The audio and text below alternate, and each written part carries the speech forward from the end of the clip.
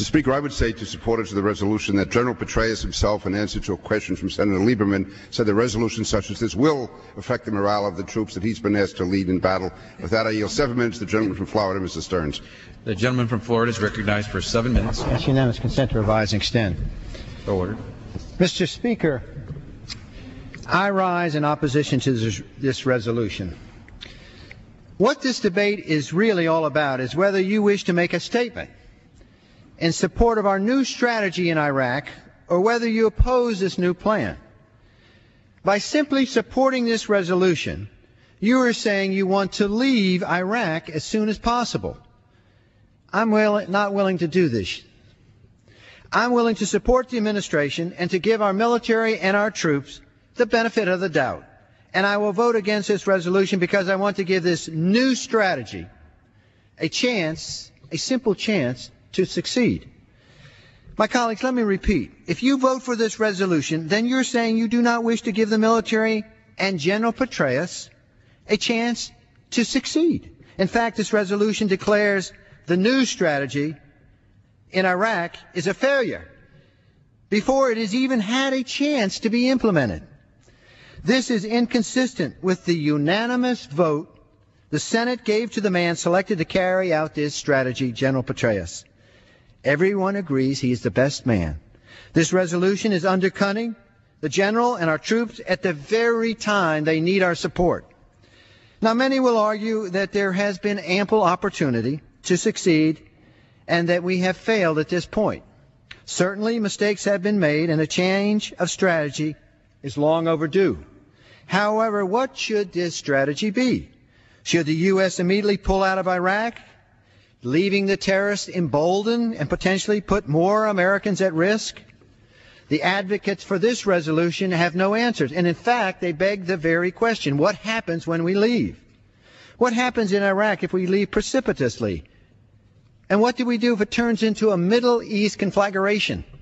If Shiite Iran succeeds in exerting its influence through Shiite Iraq, it will threaten to spill over a sectarian violence throughout the Middle East and elsewhere. Now, here is how the head of the Arab League views this potential conflict. This is what he said: if this happens, we will enter hell itself. The supporters of the resolution keep talking about the past, but they do not talk about the future and how we are going to solve this problem without creating a more serious problem. Edward Burke, the great conservative leader from Britain, this is how he put it. It is not a question of how we got into the situation, but how do we get out? They have no answers, and by not answering this latter question, they are begging the question. Now, this is circular reasoning. It's one in which a premise presupposes the conclusion in some way. In a course of logic, this is called the core relative.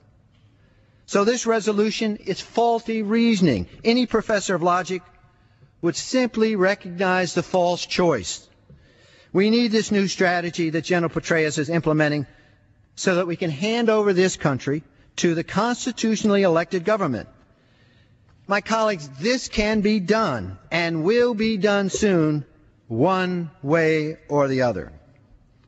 Any new strategy must be accompanied by a set of strategic benchmarks designed to measure progress in Iraq and to hold the administration and the Iraqi government accountable for their role in achieving this success.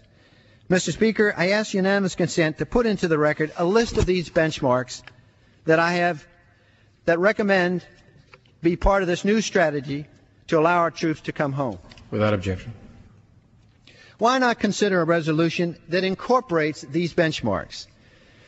But I do offer a warning to the administration. We must have benchmarks that demonstrate our progress in Iraq. I, for one, and many others, cannot support continued funding without measurable benchmarks. And we need to know if we are making progress. And if we are not, then we can employ other tactics and different measures, all of which will lead to the Iraqi government taking on the responsibility for their own country. My colleagues, the political easy thing to do is to vote for this faulty resolution because you are not willing to give a final chance for success and you have no ideas on achieving success. The harder political vote is no, and that is what I intend to do. If I have a few more moments, I just want to bring to my colleagues' attention a quote that's been declassified from bin Laden's deputy, and if you'll bear with me and follow this quote. It is my humble opinion that the jihad in Iraq requires several incremental goals. The first stage, expel the Americans from Iraq. The second stage, establish Islamic authority and then develop it and support it until it achieves the level of a caliph. The third stage, extend the jihad wave to the secular countries neighboring Iraq, Syria, Jordan, Iran.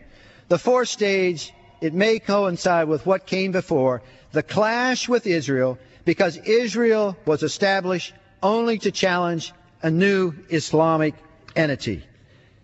My colleagues, that's what's at stake. The war in Iraq is a central front in the global war on terrorism and a central battleground for Islamic militant extremists in this worldwide mission to simply destroy all Western democracies. And you don't have to take my word for it. You can see this declassified deputy to bin Laden, his opinion. And with that, Mr. Chairman, I yield back to balance my time.